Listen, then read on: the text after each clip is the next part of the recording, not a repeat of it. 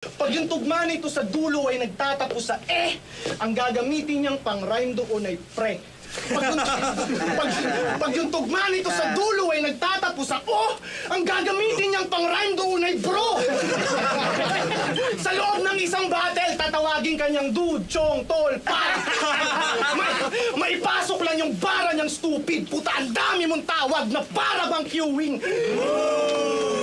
Putang ino. Yo! Ako si Zaki at eto na naman ang panibagong episode ng Zaki Reacts. Shoutout sa mga nanonood ngayon ng live. Shoutout din sa mga makakanood nito ng replay. Papanoorin natin ngayon Unico vs Zaki. Gusto ko rin mabalikan yung dating version ng style ko. Zaki versus Unico. Yeah. Let me call this in here. Hold on a second. Unico, call this in here. Heads or tails? Una na ako. Okay lang ba? Una na ako. Una na ako. You got it? Oo, una na. Yan, mababa pagkatao versus parking to. Okay lang ba? Una na ako. Una na ako. You got it? Oo, una na. Tangina, napaisip ako dito, ba't gusto mauna ni Unico? Siguro malakas to, siguro handang-handa to. Right. So, Unico, you ready? Ay, let's go. Zaki, you ready? Yeah. Sunugan, are you ready? Say yeah! Yeah! Yo, it's still my birthday, and I'm still feeling a little saucy. Anyway, Unico said he's gonna go first. Action! Hindi ka mananalo kay Saki. Imposible mong magawa yun. Bonus round na si Unico kay Saki sa semis. Saki na magcha-champion. Well, salamat sa mga nang-underestimate at mga di pagsang-ayon. Sapat nang minaliit niyo ako ng sobra para makalusot sa butas ng karayong. Game! Pag si Saki daw kala, butas ng karayong. Game! Pag si Saki daw kalaban mo, pa pamukha, sa yung ikaw ay dukha, yung buhay mo malubha, trabaho, diskarte, tirahan, tatadyan ng kutsa, madumis ka, pulubi ka, ang palaman sa tugma, pus kung ganon, ayos lang tiyong nasa gutom, mamutla, at least di galing illegal yung pera ko sa bulsa, di ba? Ikaw tong madumi diskarte sa buhay, kami tatawagin mo na loser. Gasgas na masyado yung galawan nitong pusher. Sige, ikaw na may magandang auto. Kami na laging nagko-commute. Pero wala naman... Wala pa, sana nga may auto talaga ako eh. Doon nakakaurat. Ano nga naman silbi ng pagkarang sasakyan kung lagi ka naman nagtutulak? Si JD, probinsyano. Yung balat pang magsasaka yung kulay. Eh, ikaw nga tong parang magsasaka kasi sa puti ka nabubuhay. Lumalabag ka sa batas para may pambili ng gatas. Parang magsasaka kasi sa puti ka nabubuhay. Puti, tas putikan. Ako lumalaban ng patas, sino sa atin mas maangas? Ngayon pinapatay kita sa paraan kung paano ka nabubuhay, Kap. Yung mismong patalim na kinakapitan, yun din mismo yung pinansasaksak, tinatadtad. Kita ng realidad na hindi lang sa pera nakabase yung saya sa buhay. Okay lang kahit konti lang yung nakukuha mo na breads dahil ang tao, di lang naman yan sa tinapay nabubuhay, kakaumay. Na yung ganyan diskarte nyo sa battle, paki-elevate nyo, G. Hanggang ngayon yung Cap. Kanina tinawag niya akong Cap, ngayon G. Na yung ganyan diskarte nyo sa battle, paki-elevate nyo, G. Hanggang ngayon yung paggamit nyo sa element pang elementary. Tapos tingin nyo dito, upgraded na batas, kasi may pagkakaparehas daw mag-set up. Ulol, di ka upgraded na batas. New version ka ni Red Blood. Di ba sabi nilang Zeta, durugin mo ako? Ulol, tulog nyo yan. Durugin, gago, kakadurog nyo yan. Pero sige lang, tuloy mo lang. Dapat yung sobrang bogsa, bro. Konting high pa, mag-high ka na ulit dun sa mga dating kosa mo. Tanga na gumagamit ng utak laban sa gumagamit lang. Di ako mapapabilib niyan. Kahit magshabu o magmariwana, puta pang bata spit niyan. Sa madaling salita, kahit ilagay mo pa yung dahon sa ulo mo, di ka makatatignan. Di ko gets yun yung dahon sa ulo mo, makatatignan. Yung dahon sa ulo. Ganun ba yung mga round naman nung mababa pagkatao? Round 1, para kay mababa pagkatao. Tulak daw ako, kumakapit sa patalim. Pag pinatay kita ngayon, tangina mo, nagkamali ako sa rebound. Kasi yung buong round mo. Hanggang ngayon, cringe. Cringe para sa akin yun. Dapat kumakapit sa patalim. Makukulong ako ulit ngayon pagka tapos kita patayin. Dapat ganun yun eh. Ngark! Ngark! Nag-stop ako sa gitna. Uy, mali. Oh, shit. Pag pinatay kita ngayon, Oo. tangina mo, nagkamali ako sa rebound. Kasi yung buong round mo eh. Cringe, pre. Medyo na yung betlog ko, pre. Nauga yung betlog ko saglit. Split second na yun. May complaint sa TF tong punyeta. Tigas ng kanyang face. Pangit na nga yung takbo ng karera. Nag-demand ka pa ng race. Ang kapal mo naman mag-demand ng mataas na TF. Yabang mo na. Pangit na nga. Fuck that shit. Ang kapal mo naman mag-demand ng mataas na TF. Yabang mo na. Paano pag si Arik nag-demand ng malakas na written? Kaya mo ba? Mas makapal pa yung mukha nito sa cargo pants. Nagrereklamo pa, dapat nga matanggap mo pang transpo lang. Napaka-demanding mo na fame whore. Parang nakikain lang na neighbor. Gusto pa marami siyang ma-take home. Pero you bring nothing to the table. Total ako ay... Tangina. Grabe man lait yung mababa pagkatao. Battler na friendly, bibigyan kita ng punches against me. Tandaan mo to para magamit mo mamaya. Hindi ka magaling. Ikaw ay whack rhymer. Ika'y palaging naka-green. Parang grab rider. Hindi ka mananalo kahit magsulat ng puspusan. Hindi ka cool kahit galing ka ng kulungan. Ano, hindi mo gets? Tingin mo ba ang babaw? Sa scheme na yon, papanaw! Binigyan kita ng punchlines para di ka na magnakaw! Alam kong mga ideya mo'y naubos dun sa last mo. Parang feeling ko kaya pag close room medyo nakakalamang ako. Wala kasing mic na kailangan mo i-focus yung ulo mo eh. Kasi sa pag flip top, 'di ba, may mic. So yung bibig mo medyo kailangan mong itutok ng konti sa mic para marinig ka ng tao. Dito, kahit anong galaw mo, rinig ka ng lahat.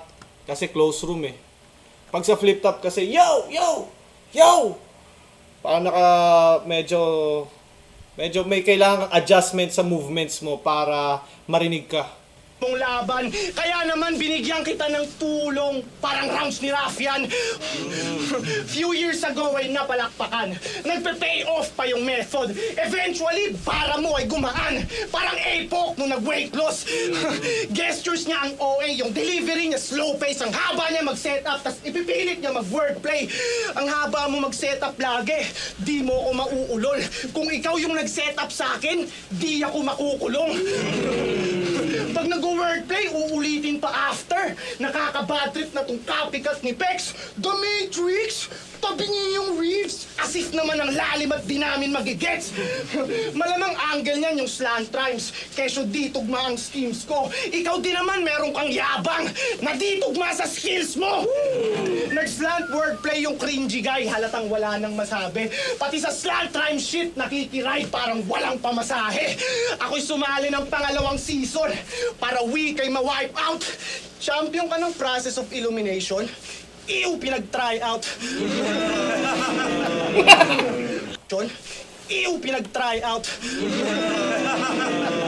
Dati kasi parang the only way to get into flip top is process of illumination. Kailangan mag-try out ka talaga.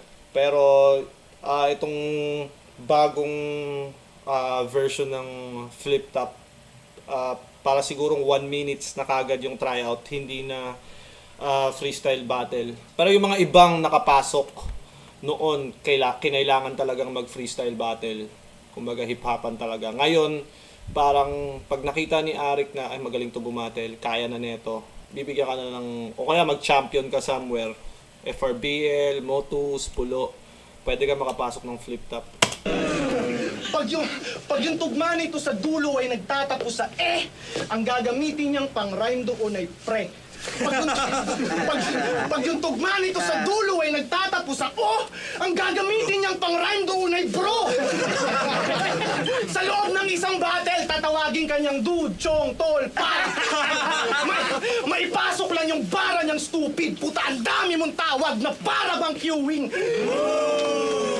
Putang ina. Gusto ko mabalik yung ganun, puta. Gusto ko mabalik yung gantong gutom ko na parang papatay ako ng tao para sa battle rap. Parang ganto yung pakiramdam ko kasi nun eh. Ang ina, nag-choke ako ng ilang beses, body bag pa rin oh. Anyways, dun sa, yun nga, bro, G, bestie, cap. Para sa akin, kunyari, kung ako, mini-minimize ko siya. Tinawag na kitang chong. All 3 rounds chong na, hindi na kita tatawagin bro. Siguro may mga times na nagawa ako 2 o 3. Pero para sa pag ako nakikringe ako sa sarili ko pag tatawagin kitang bro, tas mamaya tatawagin kitang cap, tas G. Sa isang battle ha, hindi ko trip yun. Kaya daw siya bumabattle kasi masaya siya sa ginagawa niya. Masaya ka ba sa mahahaba mong setups at mga bara mong reach? Masaya ka ba sa paglalabas mo ng screenshots at galawan mong snitch? Masaya ka ba na ninanakawan mo mga MC sa mga amateur leagues? Ngayon, Kinakapos ako sa hangin. malulungkot ka na! Di makukuha ang target. Ako naman sobrang saya kasi di mo ko ma-upset. Nakaw. Hindi na siya Feeling ko pa nun, ay lugi ako round 1 kasi may nagkamali ako sa dikit pa yung round 1 kasi nga nagkamali ako sa rebuttal, di ba? Tas cringe. Negative aura. Negative 1,000 aura dahil sa rebat na yun. Sorry naman kung nag-i-explain sa inyo yung mababa pagkatao. Di ko naman sinadya na pababayan yung pagkatao ko Kanina yung round 1? Round 1 para sa mababa pagkatao. Yeah. tryouts ni Arik. Kasi nga daw mainit to pag gumawa siya ng berso. Pagtapos nun, di ka na rin nanalo sa flip top. Unti-unti na lumabas yung hindi mo pagdaan sa proseso. Tinalo ka ni Don Pau. Ikay binombat kinahon. Tapos binadibag ka ni JD. Partida lobat pa siya nun. Tapos sasabihin mo, mainit ka? Ba't di ka manalo sa duelo? Well, saktong sobrang init nga naman. Pwede ng bansagang fuego. Anong sasabihin mo sa akin ngayon? Nasa flip-top ka na? Todo mo na yan? Ano nga namang silbi ng nasa flip-top ka na kung hindi ka naman manalo kahit isa man? Tangay na. Kung di ka naman manalo kahit... Sabi niya kay Pistol, you suck parang black hole. Sabi naman niya kay Poison, you suck parang vacuum. Galing. Kahit parehas lang yung meaning, ipipilit. Basta bagay na nanghihikop, iwo-wordplay niya sa suck. Ganun pag wala ka nang maisip, bakit ka nag... Suck, maisip sa straw, sip. recycle ng linya. Kinakapos na ba sa bara, bro? Kaya panay ka na lang sa kalatang ubos na yung bala mo. Pero may mas malala pa to. Kasi sabi niya kay M-Site, marunong din ako mag-bar sa ka-take note. Marunong din ako mag-bar sa ka-take note. Kaya ko rin na mag-fake joke. Tangina, ang bangis! Sobrang... Tangina yung mukha ni Lax, oh. Parang mananapak si Lax. intense! Talagang na-fake mo kami doon! Kala namin may sense. Gago ka? Hindi ka marunong mag-fake joke! Dapat ganito! Kaya wag na nga halataan na ninyo! Ay, ang corner na napaalim na. Tangina, marunong ako Feeling ko nawala yung confidence ni Unico dito. Ito ba yung binrake it down siya Tapos parang nilahit-lahit siya ni Lance. Ito ata yun Kaya siguro ganito yung dating niya. Para siyang walang confidence. Para siyang ilang. Alam mo yun? bars! Kaya ko rin mag-jokes kahit corny. Kaya ko rin mag-jokes. Kaya ko rin mangwasak ng grabe. Ikaw panay ka ng delivery at aggression sa ganong style na kampante. Kaya nga panay ka nakaslan kasi di ka marunong bumalanse. Habang ako, di nauubusan to pag lumetra. Mainit kada laro, parang may jawo sa Hinebra. Pero kung suporta kayo dito sa Bano ay walang problema. Di ko kailangan gasolina nyo para tumakbo to na parang Tesla.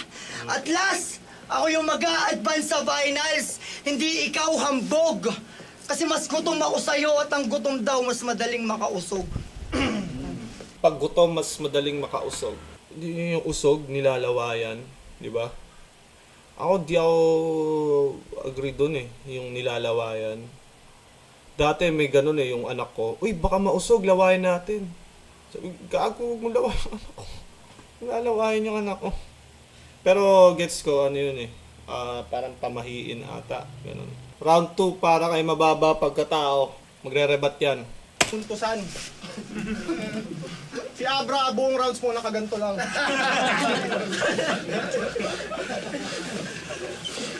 Siya daw yung bata na hindi nagpapabata kahit kanino. Masyado ka ng pabibo. Ngumangawa ka pa. Pag binalibag kita dito, may magagawa ka ba? Maliit ang tuktok, manipis na dugyot, sarap sa padiliuntog, tagain at sakalin at patayin sa bugbog. Ika'y mahinang feeling. Maliit ang tuktok, manipis na dugyot, sarap sa padiliuntog, tagain at sakalin at patayin sa bugbog. Ika'y mahinang feeling ill, tapos sa akin ka pa pinatapat. Tung taga-bagong silang hihiling na sana di na siya pinanganak. Hanggat may tangang Grabe yung mababa pagkatao na yun. Tang-inang yan. Gusto ko mabalik sa ganito. Tang-inang yan. Hindi. Feeling ko, hindi nga ito yung prime ko Hindi pa yan yung prime ko. Totoy days ko pa to. Itong sunugan sa Kumu. Ito yung Totoy days ko. Yung prime ko is still to come. Kaso wala nang mababa na yung pagkatao.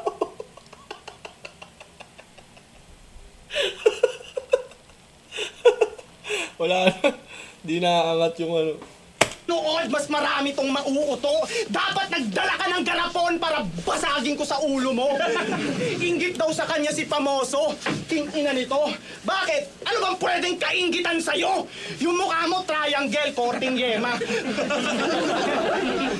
Yung bomb site na bankrupt, konti benta. Yung bars mo, puro fillers, tapos corny tema. Yung wife mo, puro filter, parang smoking area.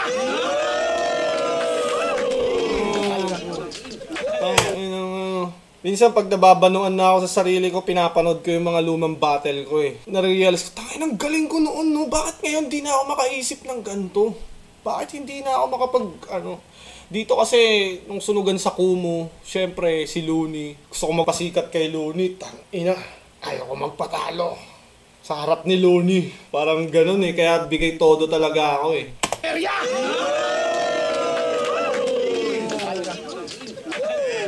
Sinasabihang squatter yung mga 3GS, kala mo sa Lapinya, kaing-kaing. Pero squatters area din yung bagong silang, tangina mo, squatting ka din! Pinuna yung iba sa pagnanakaw, pero siya yung magnanakaw. Huwag ka nang mag-alibay, kid. Ang hilig mong makipagturuan na parang Spider-Man meme. Wala daw ipi si MJ! Spider-Man meme. Alam niyo yung Spider-Man meme na yon? Gets niyo ba yun? Yung tatlong Spider-Man na nagtuturuan. Alam ko, pamilyar din kayo dun Tanong ni Ink Minds, totoo bang nanghihingi ka lang ng ticket kay DJ Supreme Fist dati? Oo, at yung bata pa ako, wala naman akong pera, wala akong trabaho. Tapos, gusto kong manood ng Flip Top. Kaya, yun, nanghihingi ako kay, DJ Supreme Fist. Siguro nabigay niya ako isang beses na papasok niya ako. Kaya sobrang saya ko nun. After nun, hindi niya na ako nabigyan. Kaya naisip ko, tangina, kailangan mag-flip top na ako para libre na akong ticket. Wala daw ipi si MJ! Wala rin naman siya! Hipokrito! Mahiya ka sa iglesia. Sobrang disrespectful mo kay God. Di uma-attend ng prayer, sumasama lang sa gangster at thugs. Ikaw lang yung INC na gustong maging member ng Bloods. Tangina ka! Word! INC Bloods. Kasi 'di ba mga iglesia bawal sa dugo. Isa INC na gustong maging member ng Bloods. Play ka ng wordplay tapos di ka na sumasamba tuwing Thursday.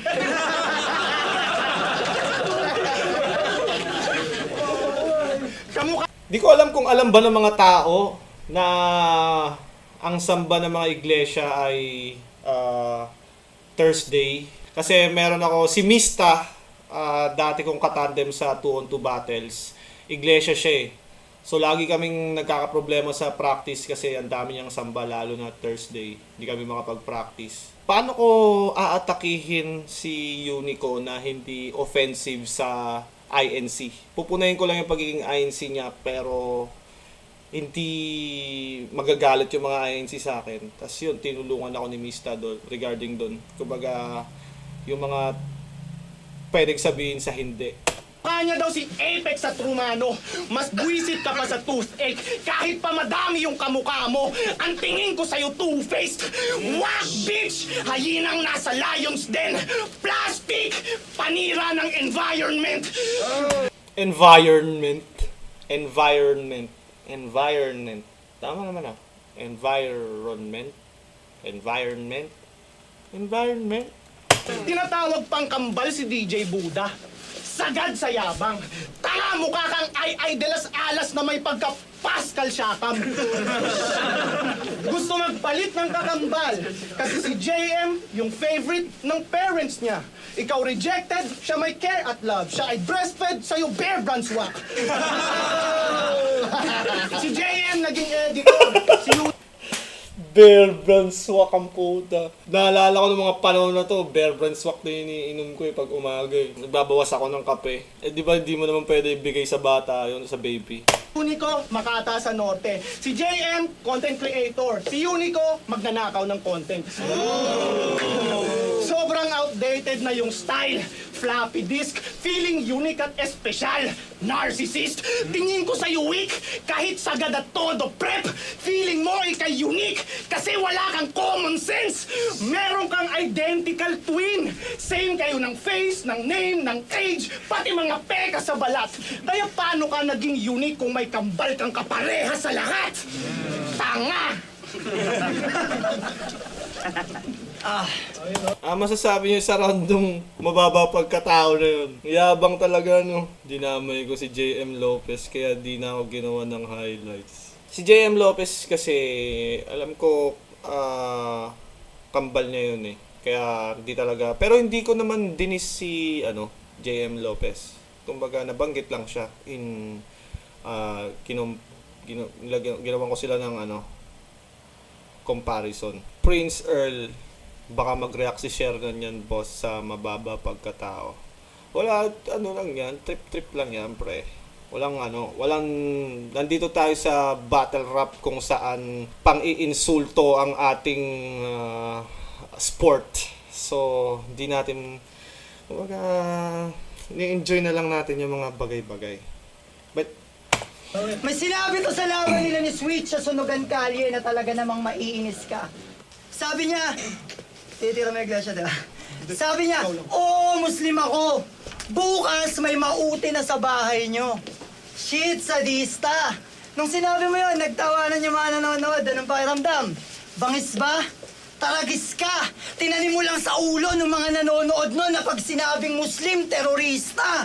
Muslim ako, bukas may mauti na... Tangina, sabihin mo yan dun sa taong inalang sa airport dahil lamang sa suot niya.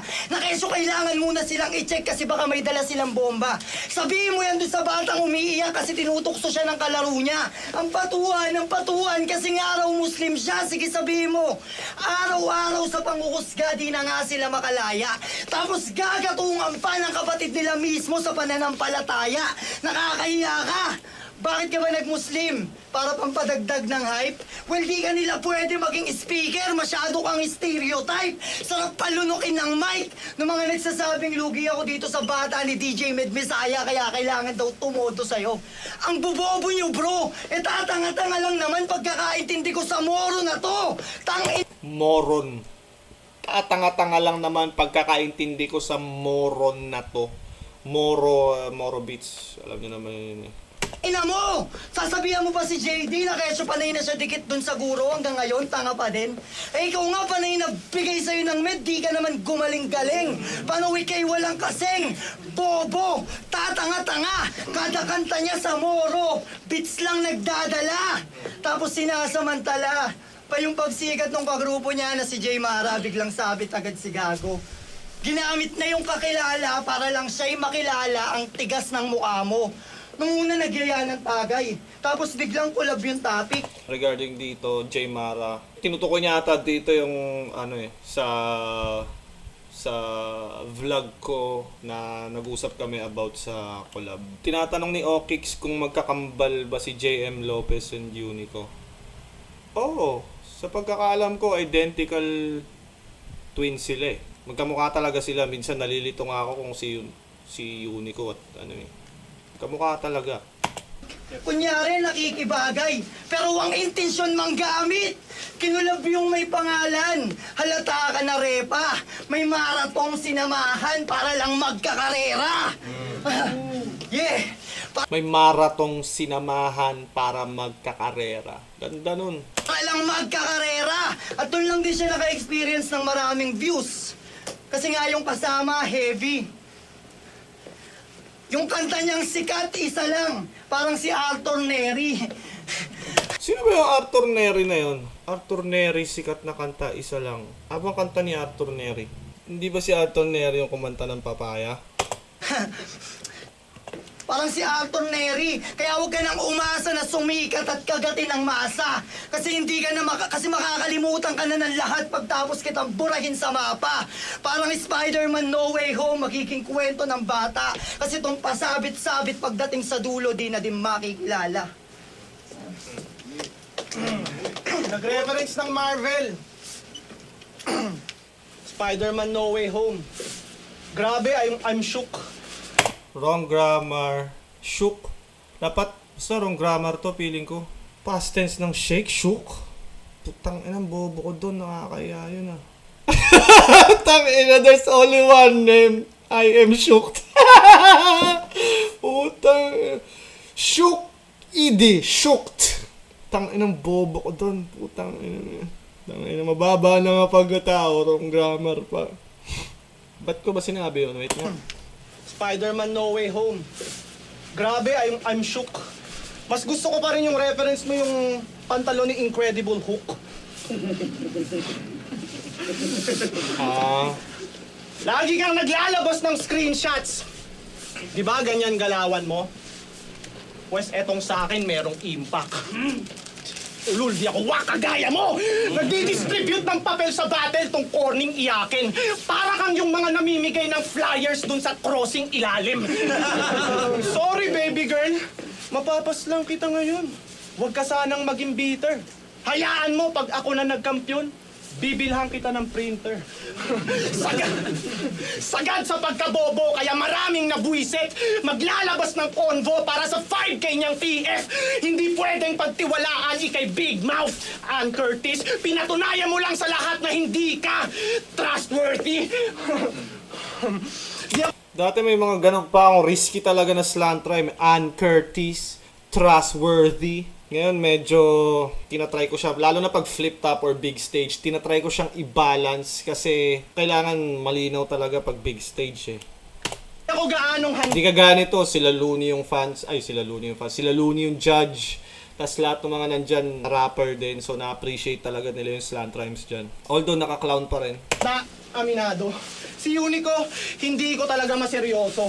Sinong gaganahan sa kalabang nagtitiktok kasama si Pamoso? Puro ka pilit na wordplay. Sobrang tanga kinumpara sarili kay Little Mermaid. Lahat kami kami nagpupuyat para magka-killer returns, tapos ikaw gusto mo lang ay maging Disney princess? Asyong Salonga, hari ng Tondo.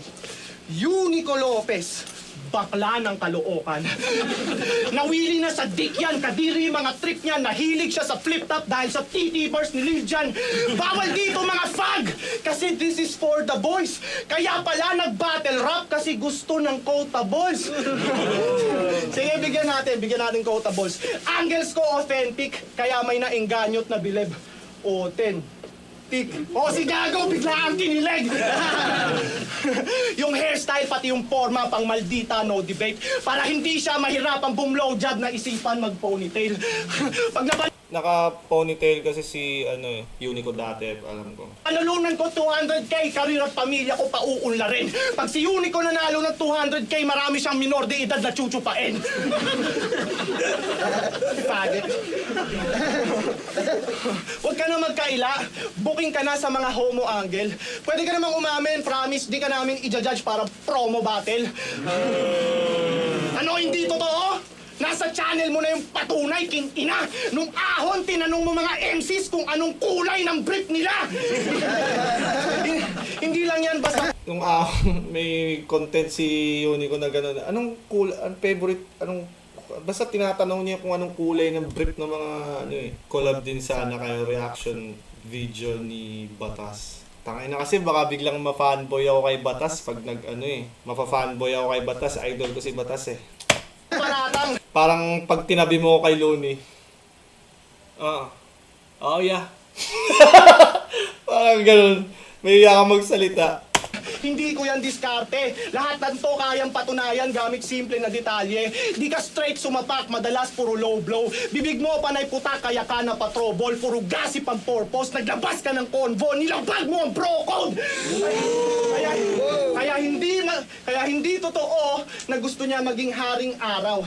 Ang gusto niya maging ay prinsesa. Magpa-convert ka na rin dapat ng religion kasi bawal ang bading sa iglesia. Panalo ba ako? Round 2 ata to or round 3 ng tournament. Tinanong ni yung 200k. Yung 200k na napanalunan ko sa season 2, binigay ko yung 50k kay Raffian. Yung 150k binisnes ko, nalugi. Ang bobo ko, nagnegosyo ako ng hindi ko alam. Naz, hindi kami 50-50. Actually, yun yung sinasuggest niya. Pero pag 50-50 kasi parang hindi mo mararamdaman na champion ka talaga eh. Pero nagigets ko rin na kailangan yung finalists magkaroon din ng maayos na RFs, diba? Kasi ako nung kay Pistol, natalo ako kay Pistol. Wala, TF lang talaga, wala akong pera. Ang lungkot. Kaya si Raffian, alam ko, nakabili pa rin siya ng PS5 niya nun. Sa mga nagstay dito hanggang matapos yung video, maraming salamat. Na-appreciate ko kayo. I love you all.